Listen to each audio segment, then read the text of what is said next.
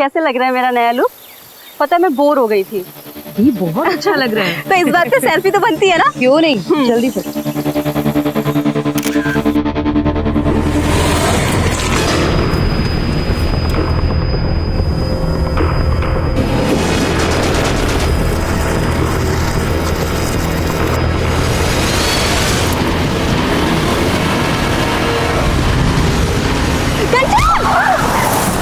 साले अंधे, तुझे दिखाई नहीं देता क्या? उठो कंचन, तू ठीक है ना? छोड़ो दी। पता नहीं आजकल के ड्राइवर कौन दे देता है इनको ड्राइविंग लाइसेंस। अब ये भी जो आपने देखा वो किसी के साथ भी हो सकता है। नमस्कार, मैं सीनियर इंस्पेक्टर विवेक शर्मा और स्वागत है आपका क्राइम पेट्रोल दस्तक में। हमारे साथ ऐसे तरह तरह के एक्सीडेंट्स होते रहते हैं। रोज ऐसी कितनी खबरें आती हैं, लेकिन क्या यह महज एक्सीडेंट था? यह भी तो हो सकता है कि ये कोई हादसा ना होकर कोई सोची समझी साजिश हो या फिर आने वाले अपराध की दस्तक।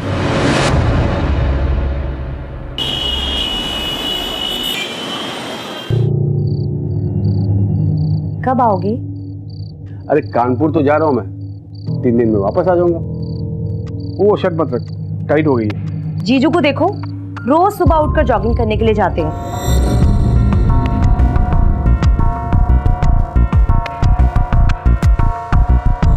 तू और तेरे जीजू, जब तक तू उसका नाम नहीं लेती ना सुबह से, तेरा खाना नहीं बचता, दिन नहीं गुजरता तेरा। मेरे जीजू है ही वर्ल्ड के बेस्ट जीजू। कितना हार्ड वर्क करते हैं वो। हाँ, ये बात तूने सही कहा। वैसे हार्ड वर्क तो मुझे भी करने का दिल कर रहा है। अरे क्या कर रहे हो? क्या कर रहा हूँ? पापा, आज हम भी आपके साथ सोएंगे। पापा, कल आप चले जाएंगे ना, इसके लिए आज हम आपके साथ ही सोएंगे। मैं भी। ठीक है बेटा, आओ। ध्यान रखना अपना।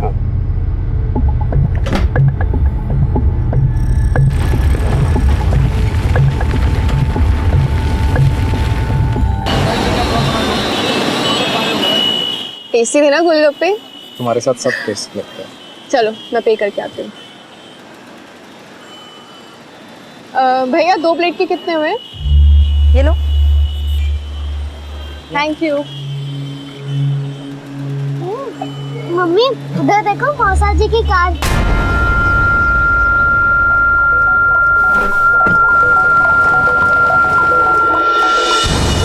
ये पैसे लो। चलो।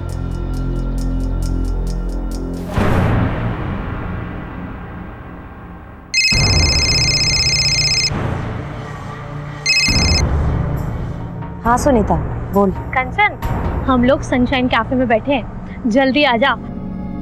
चल ठीक है, मैं आती हूँ। आ रही है।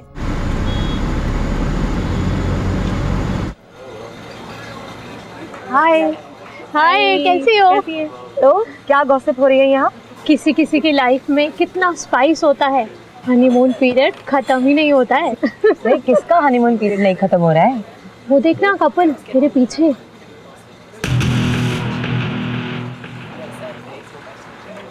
जीजू? वो तेरी दी जीजू है क्या? नहीं नहीं, वो पीछे से देखने में मुझे ऐसा लगा मेरे जीजू। कोई और है। ओके, अच्छा सुनो, मैं चलती हूँ। मुझे बच्चों को ना पिक करना है ट्यूशन। अरे अभी तो आई हो, क्या बैठ रहा हूँ थोड़ा सा। नहीं नहीं, लेट हो रहा है, मैं ना फिर कभी आऊंगी। हाँ अच्छा, तू भी ना। Bye bye.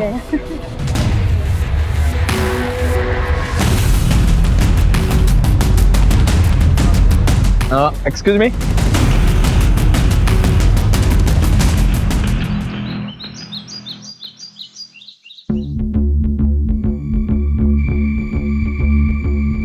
क्या कर रहे हो तुम दोनों? देखने लगी मैं कुछ जरूरी काम कर रही हूँ। मम्मी, आप क्या काम कर रही हो? आप तो बस मौसा जी को फोन लगा रही हो ना। लाइन में लग। अरे क्या कर रही है रिया तू?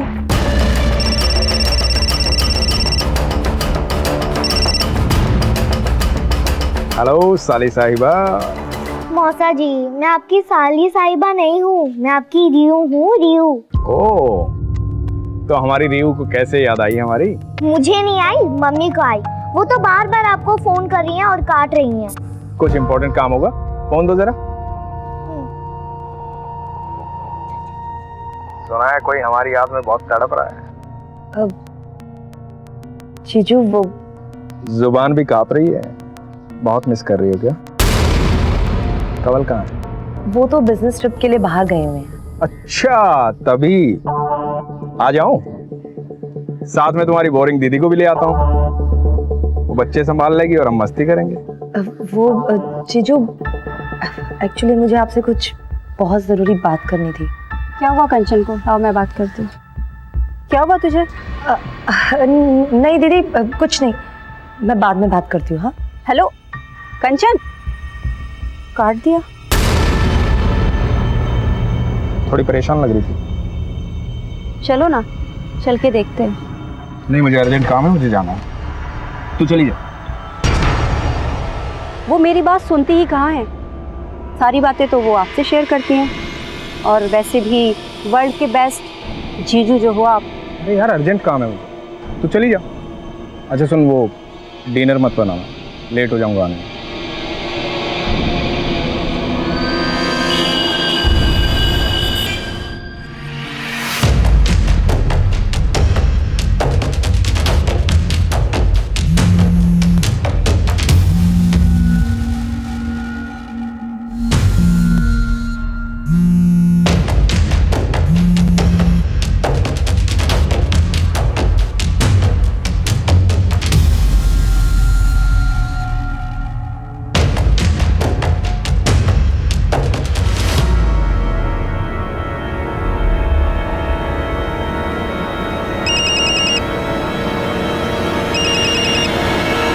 जीजू, इतनी रात को भी जीजू की याद आ रही है तुम्हें? हाँ, अब जीजू का नाम लेके इतना भी मत जला। नहीं, वो एक्चुअली जीजू का कॉल आने वाला था तो मैंने सोचा कि। तो ठीक है ना? हाँ, क्यों? नहीं, थोड़ी परेशान लग रही है तुम। नहीं, बस आपको मिस कर रही हूँ। मेरी हॉट बीबी, मेरे बच्चों का ख्याल रखना। कानपुर से जल्दी आकर हॉट बीबी और बच्चों को ढेर सारा प्यार दूंगा मैं। अभी रखता हूँ। Love you too, bye bye.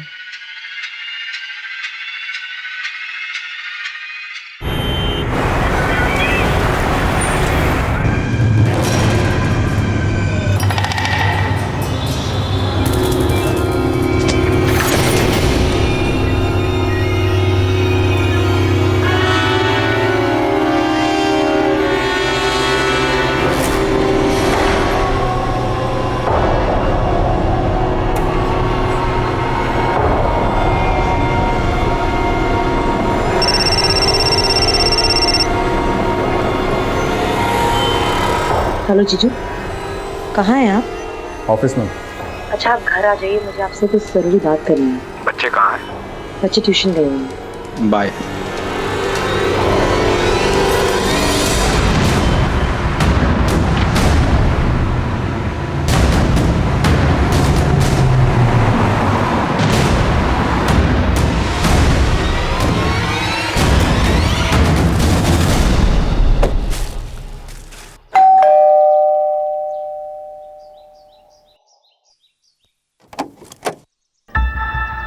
Pretty pretty flowers मेरी प्रीटी प्रीटी साली के लिए।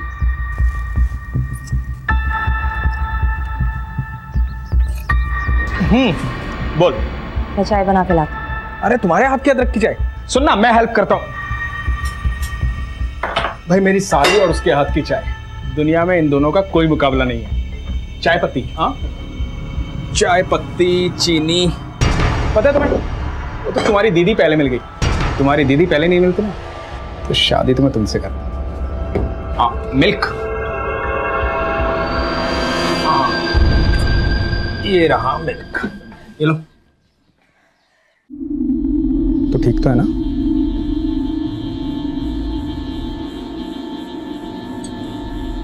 अरे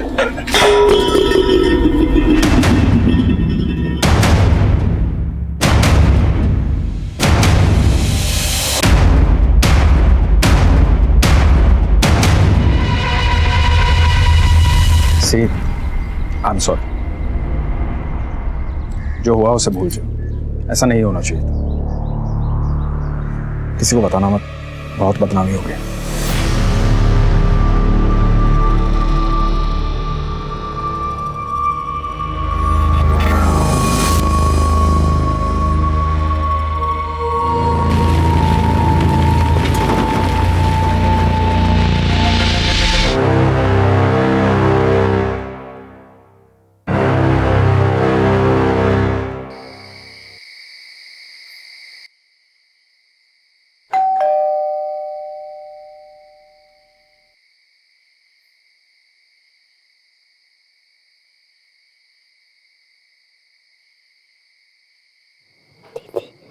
दीदी लगता है डैडी आ गए।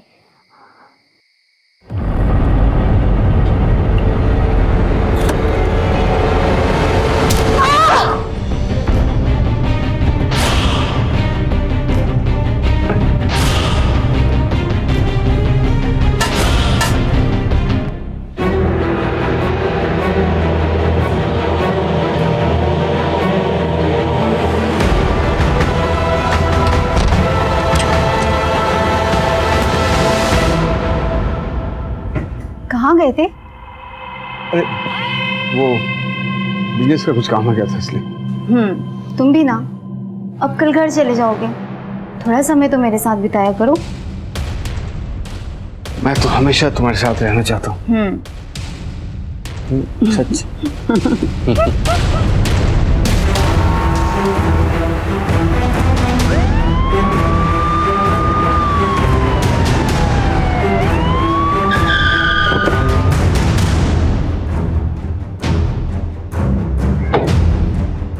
सर, एक औरत और 2 बच्चों की हत्या हुई।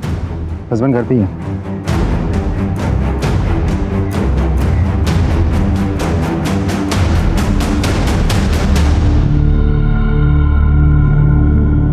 ये कब और कैसे हुआ? पता नहीं सर, मैं बाहर कानपुर गया था, घर आया थे कब।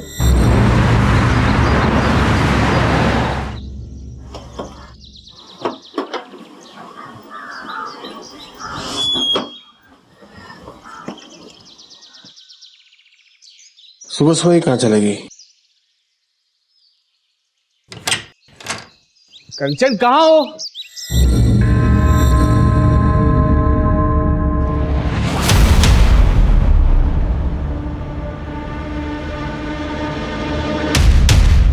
सर, मुझे तो ये रॉबरी का केस लगता है। अलमारी का लॉक तोड़ा गया है, तिजोरी बिल्कुल खाली है। और ये देखिए सर, ब्लड के ट्रेसेस भी तो हैं। तुम्हें तो कह रहे थे कि कोई फोर्स एंट्री नहीं हुई है। जी सर, मैंने चेक किया था, कोई फोर्स एंट्री तो नहीं हुई थी। लेकिन सर, ऐसा भी तो हो सकता है कि कंचन ने बिना देखे दरवाज़ा खोला हो और किलर ने अंदर आते तुरंत उस पर अटैक किया हो। क्योंकि जिस तरीके से कंचन की बॉडी नीचे दरवाजे के बिल्कुल पास पड़ी है और ब्लड के ट्रेसेस भी दिख रहे हो, इससे ये बात तो साफ हो जाती है कि किलर ने उसे दरवाजे के आसपास ही कहीं मारा। काम करो, फॉरेंसिक से कहो कि अलमारी से ब्लड सैंपल्स और फिंगरप्रिंट्स कलेक्ट करें। सर, अच्छा, ऊपर वाले अलमारी में कोई कैश ज्वेलरी वगैरह कुछ था क्या? तो 3 लाख रुपए कैश और 3 लाख के गहने भी थे। कुछ भी नहीं। ज्वेलरीज की फोटोग्राफ्स है आपके पास? इनसे ज्वेलरीज की फोटोग्राफ्स कलेक्ट कर लेना। हाँ, टाइम से। विनीत, फॉरेंसिक के बाद तुरंत बॉडी पोस्टमार्टम के लिए भेजो। हाँ सर। मैं ये कह रहा था कि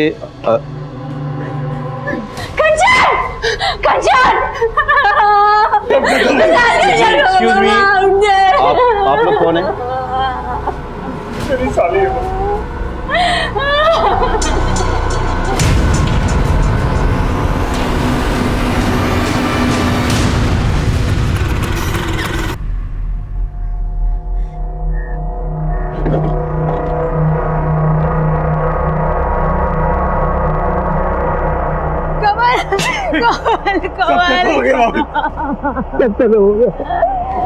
कंचन बच्चे सब मैंने तुझसे कहा था कंचन की कुंडली में दोष है, उसे अकेला मत छोड़ना। मैं तुझे एक बात नहीं मानी। कामिनी, भाभी संभालिए अपने आप को। भाभी भाभी अनीता भाभी।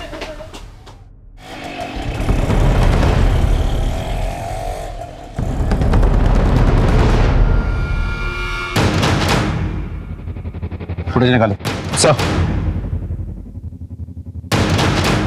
कंचन को अपराध की दस्तक मिली थी पर उसने नहीं सुनी, जान गंवा बैठी और साथ ही साथ उसके 2 मासूम बच्चे भी मारे गए। इनिशियल इंक्वायरी में हमें फैमिली में कोई प्रॉब्लम नहीं दिखी। हमें लग रहा था कि यह कोई लूटपाट का केस है। ऐसे में कुछ नए एविडेंसेस हमारे हाथ आए। सर, फॉरेंसिक और पोस्टमार्टम रिपोर्ट आ गई है। तीनों के स्कल में फ्रैक्चर है सर। सर पे किसी भारी चीज से मारा गया। और सर, घर में मुझे कोई सस्पिशियस फिंगरप्रिंट नहीं मिले। लेकिन हाँ सर, कि घर के बाहर की जो फुटेज है, यहाँ मुझे कुछ सस्पिशियस लग रहा है। मैं आपको फुटेज दिखाता हूँ।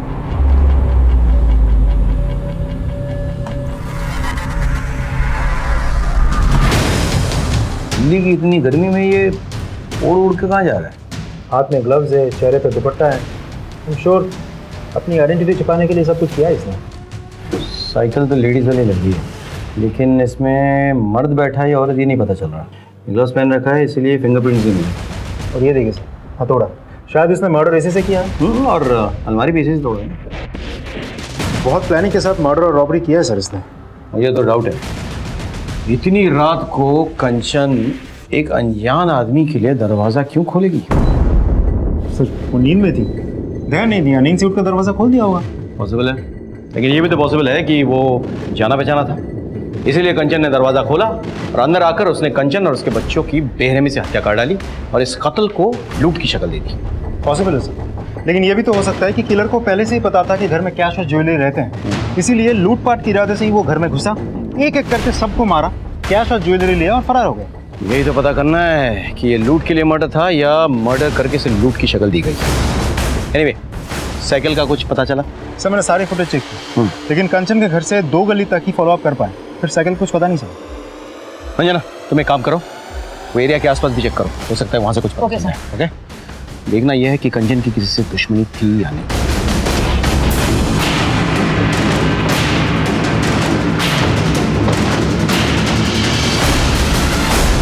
नहीं सर, कंचन की किसी से कोई दुश्मनी नहीं थी सर। उसकी तो कभी किसी से भी छोटी मोटी लड़ाई भी नहीं हुई सर। सर कुछ कहना है? सर कुछ दिन पहले की बात है, मैं और कंचन मार्केट में थे और जब हम मार्केट से घर लौट रहे थे तो तभी एक कार बहुत तेजी से कंचन की तरफ आई।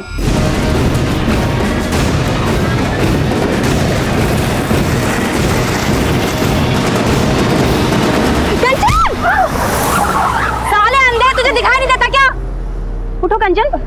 सर मैंने कंचन को अपनी तरफ खींच लिया, लेकिन मुझे ऐसे लगा जैसे वो कार उसे जानबूझकर टक्कर मारना चाहती थी। ये एग्जैक्टली किस एरिया में हुआ? वसंत कुंज के एरिया में। विनीत सर, वसंत कुंज एरिया के सारे सीसीटीवी चेक करो, मुझे फुटेज चाहिए। Thank you so much.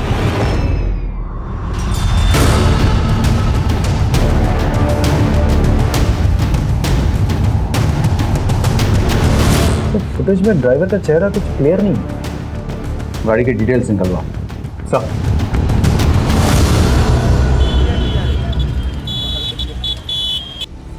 Sir, हमारी टीम को एक ग्रेटर कैलाश में एक लवारिस लेडी साइकिल मिली है जो सीसीटीवी फुटेज से बिल्कुल मैच करती है।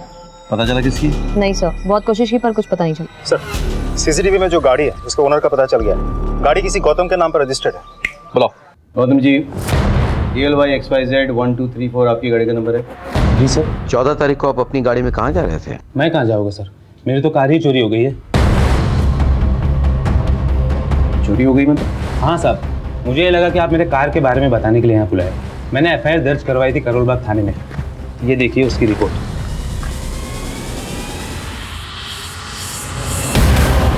11 जुलाई को मेरी कार चोरी हुई थी सर। कुछ पता चला सर? नहीं, अभी कुछ पता नहीं चला है, पता चलते ही आपको खबर कर देंगे।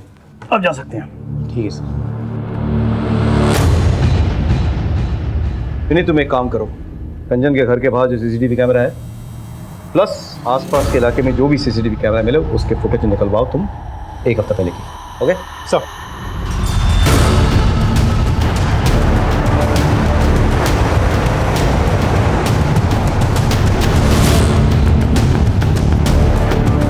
सर मैंने कंचन के घर के बाहर की 1 हफ्ते की फुटेज निकलवाई है, कुछ दिखाना चाहता हूँ।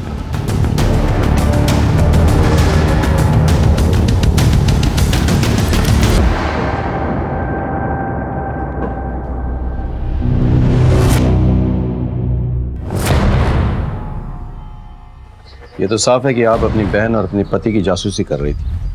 सवाल ये उठता है कि क्यों? आई एम सॉरी सर, मुझे थोड़ा डाउट हो गया था। क्या कि आपके पति का आपकी बहन के साथ चक्कर चल रहा है? सर दरअसल मेरे हस्बैंड बहुत हंसी मजाक करते हैं और कंचन से भी उनकी बहुत जमती थी। आई डोंट नो सर, मेरे मन में ये बात कहाँ से आ गई। सर दरअसल कंचन बार बार मेरे हस्बैंड से बात करने की कोशिश कर रही थी, तो बस मुझे ऐसा लगा जैसे सर मेरे मन में शक पैदा हो गया सर। लेकिन मुझे बहुत गिल्टी भी फील हुई सर अगर ये बात सिद्धार्थ और कंवल को पता चल गई ना तो उन्हें बहुत बुरा लगेगा। अगर इसमें आपका हाथ है तो फिर हमें भी बहुत बुरा लगेगा। फिलहाल हम चलते हैं।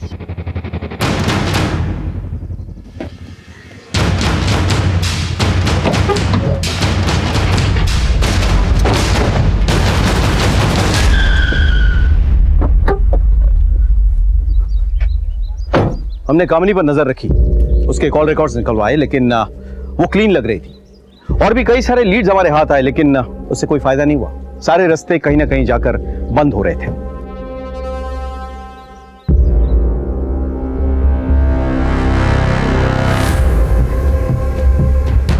हमें वो लेडी साइकिल भी मिल गई जिसमें चढ़कर शायद वो हत्यारा आया था, लेकिन वो साइकिल किसकी थी ये पता नहीं चला। सीसीटीवी फुटेज के जरिए हम उस गाड़ी और उसके मालिक गौतम तक भी पहुंच गए जिस गाड़ी से कंचन का एक्सीडेंट होने वाला था, लेकिन फिर भी कोई सुराग हाथ नहीं लगा। हमने करोलबाग पुलिस स्टेशन में पता किया, पता चला कि गौतम सच बोल रहा था।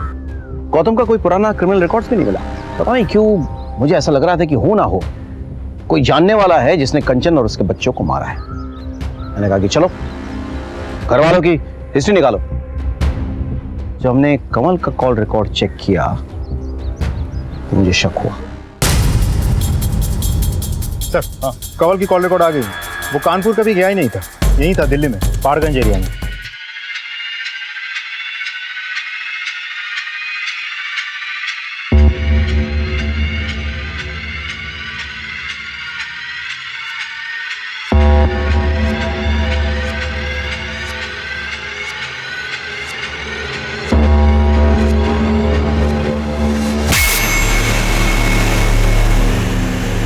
पहाड़गंज वहाँ तो बहुत सारे होटल्स हैं।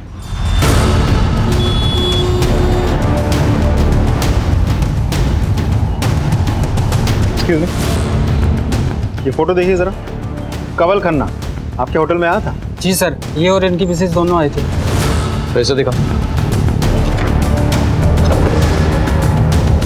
Khanna, mister and Mrs Khanna. CCTV है यहाँ पे? हाँ जी। फुटेज निकाल इस टाइम का।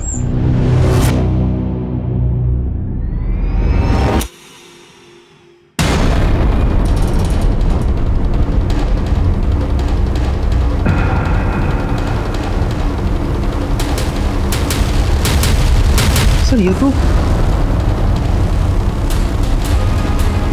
आप कानपुर में नहीं दिल्ली में थे, वो भी पहाड़गंज में एक होटल में। पहाड़गंज के होटल में आप क्या कर रहे थे? Mister and Mrs Khanna. लेकिन मिसेस खन्ना तो थी नहीं वहाँ पे। देखिए सर, वो मिसेस खन्ना मेरी भाभी है, मिसेस नीता खन्ना। अच्छा, तो अपने बीवी से झूठ बोलकर आप अपने भाभी के साथ बंद कमरे में एक होटल में क्या कर रहे थे? जबान संभाल कर बात करिए इंस्पेक्टर। आप किसी सड़क छाप इंसान से बात नहीं कर रहे हैं, आप खन्ना फैमिली से बात कर रहे हैं। नीता जी, पहली बात तो ये है कि आप फिलहाल पुलिस स्टेशन में हैं तो जरा तमीज से पेश आइए। और दूसरी बात, कंवल जी को अगर अपनी फैमिली की इज्जत की इतनी परवाह थी तो 3 दिन तक झूठ बोलकर होटल के कमरे में आपके साथ क्या कर रहे थे? क्यों? कानून की ऐसी कौन सी किताब में लिखा है कि देवर और भाभी किसी होटल में कमरा लेकर एक साथ नहीं रह सकते? कानून के किसी किताब में ये नहीं लिखा हुआ, लेकिन ये जरूर लिखा हुआ है कि देवर और भाभी मिलकर किसी का मर्डर नहीं कर सकते हैं। हमने कंचन और बच्चों को नहीं मारा है इंस्पेक्टर साहब। देखिए सर, मैं 15 साल का था सिर्फ जब भैया गुजर गए। भाभी ने मुझे पाल पोस कर बड़ा किया। मेरे शादी के बाद कंचन को भाभी से प्रॉब्लम्स होने लगे, क्योंकि मॉडर्न सोच की थी और भाभी कुछ पुरानी सोच की। दोनों में इश्यूज होने लगे। भाभी गांव चले गई। कंचन को मेरा भाभी से मिलना जुलना बिल्कुल पसंद नहीं था, लेकिन मैं अपनी जिम्मेदारी से कैसे मुंह फेर लेता सर बताइए आप। इसीलिए मैं छुपकर होटल के कमरे में जाता ताकि इनको मैं घर खर्ची के लिए कुछ पैसे दे सकूं, बस। होटल के कमरे में चुप कर? अगर मैं बंद कमरे में अपनी भाभी से मिलता हूं तो इसमें गलत क्या है सर बताइए? रहने दो कंवल, ये लोग हमारे रिश्ते को नहीं समझेंगे। आज्ञा चाहूंगी, चलो कंवल।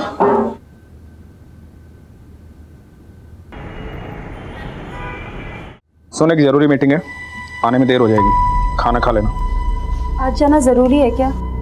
मुझे कुछ अच्छा नहीं लग रहा, प्लीज रुक जाओ।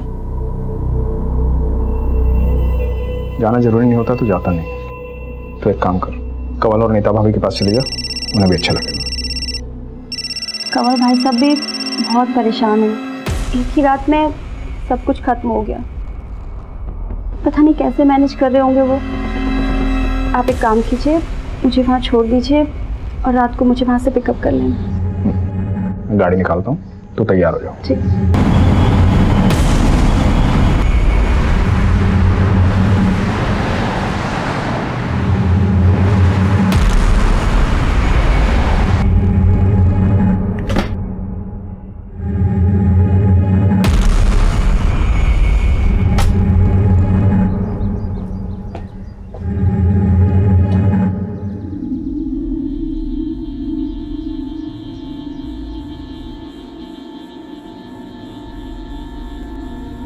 नीता भाभी, कंवल भाई साहब, भाभी।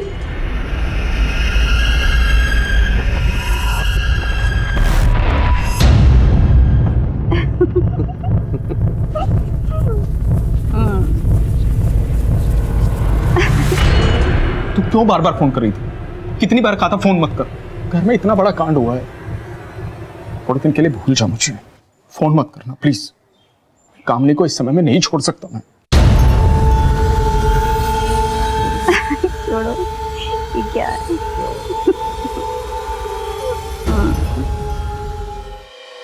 Siddharth, I need your help Siddharth, मुझे तुम्हारी जरूरत है। बेबी प्लीज समझने की कोशिश करो प्लीज। तुम समझने की कोशिश करो Siddharth, I am pregnant.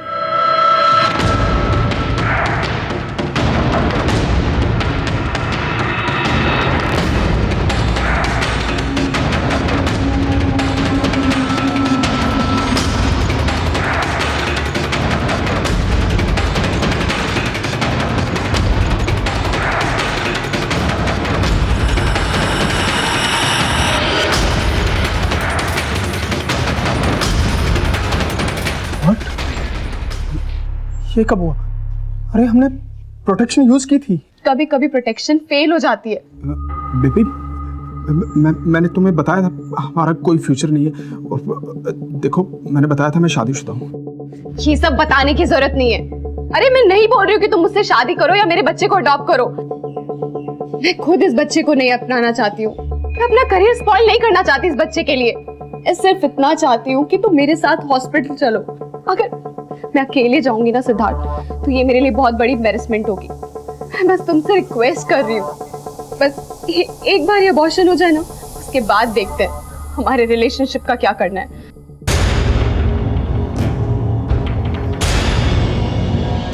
Please तो रो मत, मैं चलूंगा साथ में, सब ठीक हो जाएगा।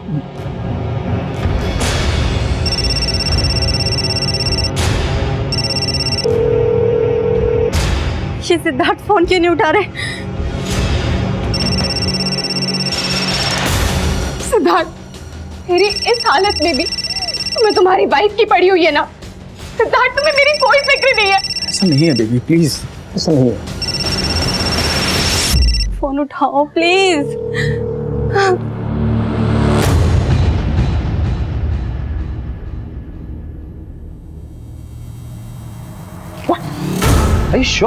हाँ सर, कंवल ने ही मारा है मेरी बहन को। अभी मेरी बहन की चिता ठंडी भी नहीं हुई थी और उसका पति अपनी भाभी के साथ। आपके पास कोई प्रूफ है? हाँ सर है, ये देखिए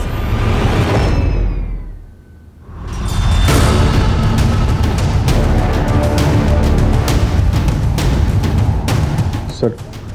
मैंने कुछ नहीं किया सर। तेरे पवित्र रिश्ते की तो पोल खुल गई है।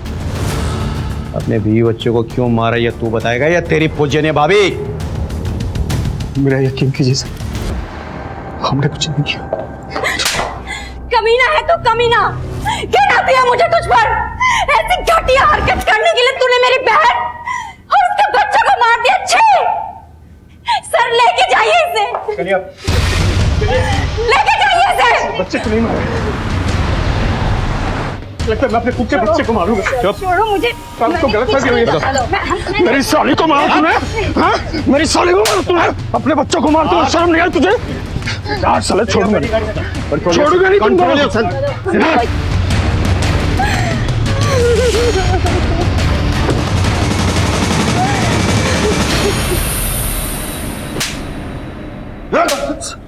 तब तक मारूंगा जब तक सच नहीं बोलेगा। मैं सच कह रहा हूँ कि मैंने कुछ नहीं किया सर। अच्छा, मेरी भाभी के साथ मेरा गलत रिश्ता था, लेकिन वो भैया के गुजरने के बाद हमारी नजदीकें बढ़ गई। तुम भी अब कल घर चले जाओगे, थोड़ा टाइम तो मेरे साथ बिताया करो। मैं तो हमेशा तुम्हारे साथ रहना चाहता हूँ। सच? भरोसा रखो। कमल की शादी हो गई पर हमें तो एक दूसरे की आदत सी पड़ गई थी। बस हमने तय किया जैसे चल रहा है वैसे चलने देंगे और हम छुप छुप के मिलने लगे थे। और तेरी बीवी को पता चल गया और तूने अपने बीवी और बच्चों को नहीं सर, सच बोल। सर मेरी बीवी कंचन को कुछ नहीं मालूम था। कंचन को पता भी चलता तो भी मैं इसको नहीं मारता sir. I loved her sir. ये छुप छुप कर मिलने से तंग आ गई होगी ना। और वैसे भी अभी तो तू सिर्फ 40 साल की है ना, अपने देवर के साथ तो लाइफ आराम से सेट कर सकती थी, लेकिन कंचन और उसके बच्चों के रहते तो ये सब कुछ पॉसिबल नहीं था, और इसीलिए तुम दोनों ने मिलकर के कंचन और उसके बच्चों को मार डाला। नहीं, ये गलत है। कमल अपनी पत्नी से बहुत प्यार करता था, दुनिया थी वो उसकी। कंचन एक बहुत अच्छी लड़की थी, मैं उसका घर नहीं तोड़ना चाहती थी। मुझे जो चाहिए था वो मुझे मिल रहा था, फिर मैं उसे क्यों मारूंगी? मर सर, मर, तब तक मर जब तक सच नहीं बोलता, और उसके बाद ही मारते रह।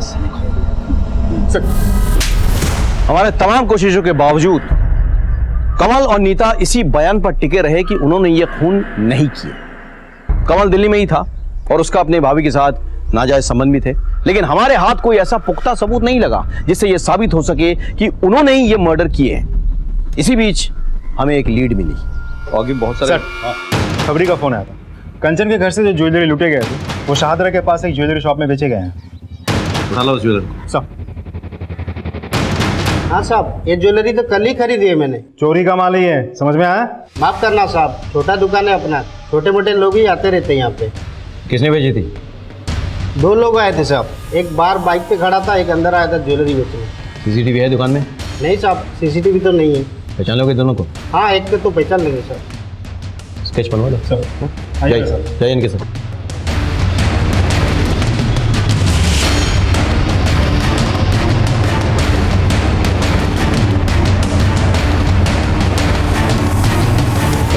सर स्केच बन गया। तो हमारे सस्पेक्ट में से कोई भी नहीं। सर हो सकता है मामला सच में रॉबरी का हो और ये आदमी उसी गैंग का कोई हो। पर ये भी तो हो सकता है ना कि कमल ने इस आदमी को भेजा हो ज्वेलरी बेचने के लिए। तो एक काम करो, इस स्केच को तुम हर एक पुलिस स्टेशन में सर्कुलेट कराओ, पता करो ये कोई हिस्ट्री शीटर है या नहीं, और अपने खबरियों को भी भेज दो। मुझे ये आदमी किसी भी हालत में चाहिए। सेकेंडली, कमल और नीता तो अपने साथी को जानते होंगे, तो उनको बुला। It's fine sir. या थैंक यू।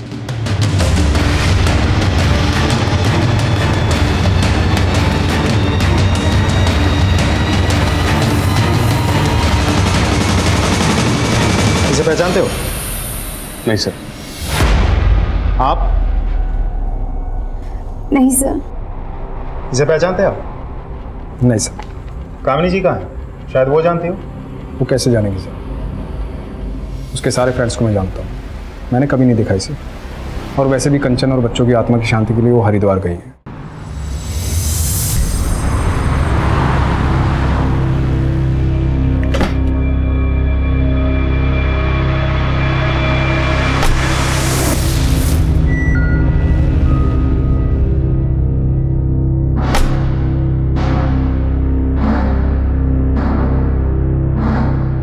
डॉक्टर, मुझे इसका ऑपरेशन करवाना है। हम दोनों बच्चा नहीं चाहते। ये आपकी पत्नी है?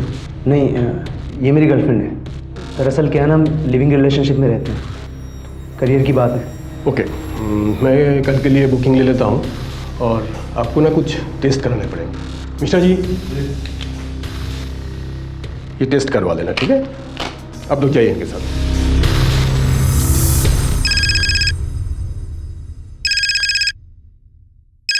हेलो। हाँ सर, आपने जो स्केच दिया था वो लड़का आया है क्लिनिक में, एक लौंडिया लेकर बच्चा गिराने की बात कर रहे हैं। हाँ सर, कल सुबह आएगा फिर। गुड गुड, ठीक है, thank you so much.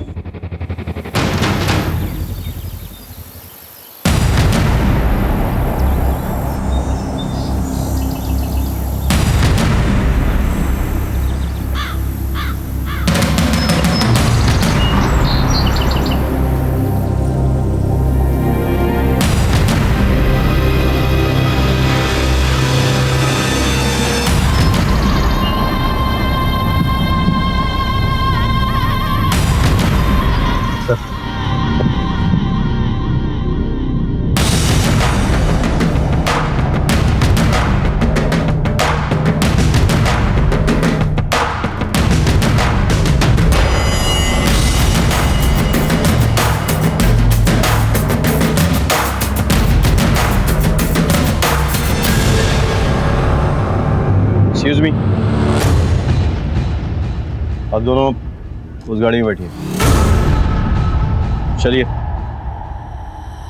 Sir बात क्या है? चलिए, बाद में बताया जाएगा आपको। चलिए। कामिनी जी, बताइए, आपने ये क्यों किया, कैसे किया और किसके साथ मिलके किया?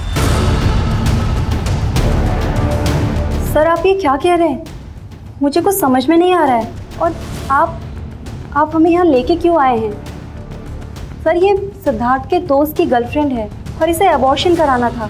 दरअसल सिद्धार्थ का दोस्त अपने गांव गया हुआ है तो सिद्धार्थ ने मुझे बोला कि इसकी हेल्प करने के लिए। सर मेरा कोई अपना बच्चा नहीं है तो बस मेरे मन में थोड़ा सा लालच आ गया था और मैंने रति को बोला कि वो इस बच्चे को रहने दे और सर वो इस बात के लिए राजी हो गई। नहीं डॉक्टर, हम ये बच्चा चाहते हैं। ये तो अच्छी बात है, गुड डिसीजन। तो आप इनके बॉयफ्रेंड को जानती हैं? क्यों? अभी भी तो आपने कहा कि वो आपके पति का बहुत अच्छा दोस्त है। हाँ सर, वैसे तो नहीं जानती हूँ, बस उसका नाम जानती हूँ, रवि। इसे पहचानती है? हाँ सर, यही है रवि। सर रवि गौतम और मेरे पति बहुत अच्छे दोस्त हैं। 11 जुलाई को मेरी कार चोरी हुई थी सर। लगता है ये गौतम वही है जिसके कार से एक्सीडेंट हुआ था। सर गौतम तो कामिनी जी, क्या आप जानती हैं जिस शख्स के गर्लफ्रेंड को आप हेल्प करने की कोशिश कर रही हैं उसका शायद डायरेक्ट ताल्लुक आपकी बहन के मर्डर से है। क्या? या जो गहने आपके बहन के घर से गायब हुए थे ना, उनको रवि ने बेचा है। तो कहाँ है तुम्हारा बॉयफ्रेंड? सर रवि मेरा बॉयफ्रेंड नहीं है।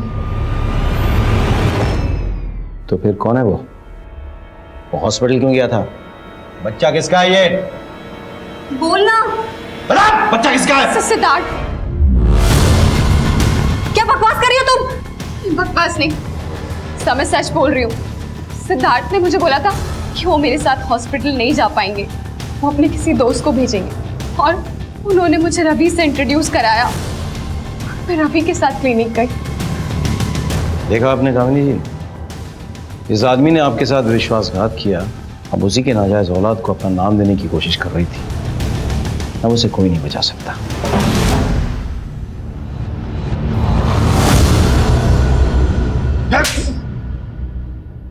चल।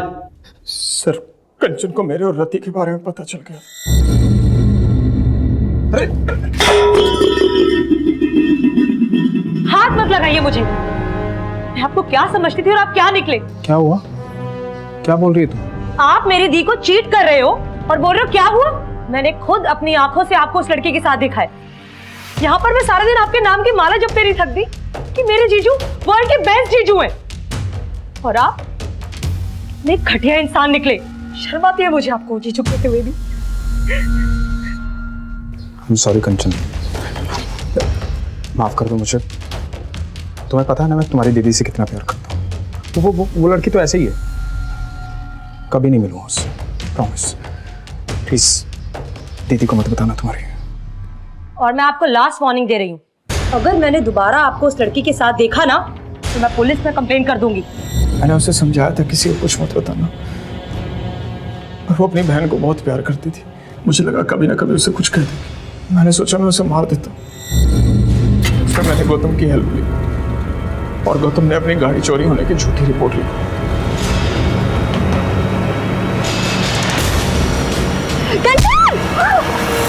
वो बच गई थी सर। मेरी टेंशन और बढ़ गई थी। मुझे लगा कि मुझे खुद उसे मारना होगा। मैंने अपनी बीवी कामनी के कपड़े पहने और मैंने रास्ते से लेडीज साइकिल उठाई और फिर मैं कंचन के घर गया।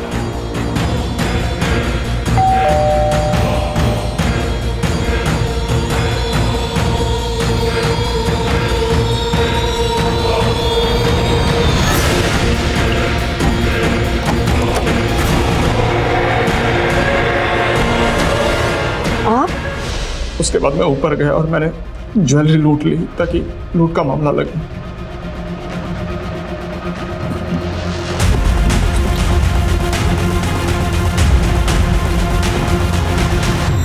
मैंने सारी ज्वेलरी गौतम और रवि को दे दी और मैंने उन्हें कहा था कि इसे बेचना मत, पर वो साले कमीने। वो कमीना है? कमीना तूने उस औरत को मारा जो तुझे इतना मानती थी, इतना भरोसा करती थी, और सिर्फ उस औरत को नहीं, तूने उसके 2 मासूम बच्चों को मार डाला। तुझे तो जो सजा मिले वो भी कम है। तेरे जैसे लोगों के कारण अपनों पर से भरोसा उठ जाता है। विश्वासघात बाहर से नहीं आते हैं, तेरे जैसे घर में पैदा होते हैं।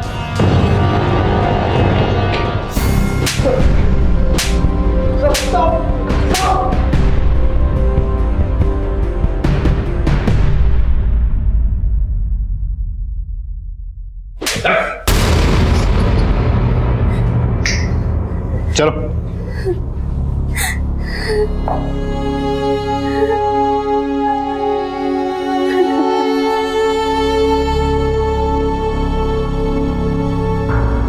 कंचन को अपराध से पहले बार बार दस्तक मिली।